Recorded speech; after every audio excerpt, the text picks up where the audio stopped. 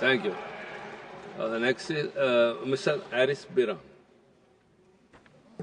Thank you, Vice Chairman, sir. I've got only 3 minutes, so I have only 3 points also. First point is on the legislative competence of this bill. Second is on the cooperative federalism aspect. And third is on the rational nexus. Now, if any of these 3 points, if we cannot satisfy on any of these 3 points, then this particular bill will be constitutionally invalid. Now, sir, on the legislative competence of this bill.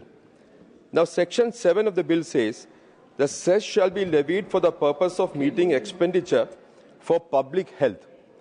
Now, sir, public health actually comes under List 2, Item 6. Now, List 2 is a state subject. Now, if this particular act says the cess shall be levied for the purpose of meeting expenditure for public health, which is a state subject, then how does this particular House has got the competence to legislate on this particular subject? Now, the title of the bill itself is very, very peculiar. Title says the Health Security National Security Cess Bill. Now, I think the purpose of getting this health involved in this particular title is to get over this fact that you have the authority to legislate in this bill. Security, no doubt, is a union subject. You can legislate on security aspect. But as far as the public health is concerned, how union legislature can actually legislate is one fundamental question, I think, which the Honorable Finance Minister will answer in her turn. Because they are actually taking the health route to collect cess. Secondly, on the cooperative federalism aspect, many of my esteemed members, colleagues have actually spoken on the cooperative federalism aspect.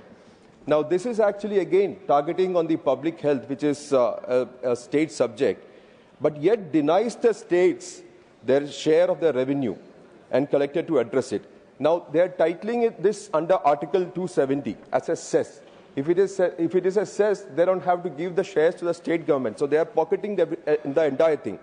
So the states will have to manage the public health, but entire money will be collected by the central government is the essence of this particular legislation, which according to me is a blot on the cooperative federalism. Now see, the third point is on the rational nexus.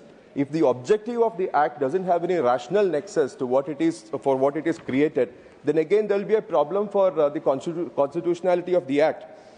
I say that there is no rational nexus between a consumer of a pan masala and funding of border defense, that is national security.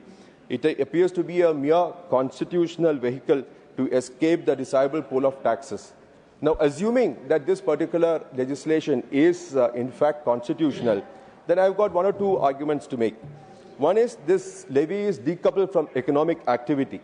Sir, just imagine this fact. A factory running at only 10% of its efficiency, just 10 seconds. The factory running at 10% capacity has to pay the same amount of tax which a factory is running at 100% also. So taxation, we know, the capacity to tax means the liability to pay, the liability as to how much income you are making. That is the fundamentals of income tax legislation. So this is also contrary to that. Therefore, all this put together, I would suggest that this be referred to a committee. Thank you, sir. Thank you very much, Mr. Harris. Now, Tirumadi Sangeeta Yadav.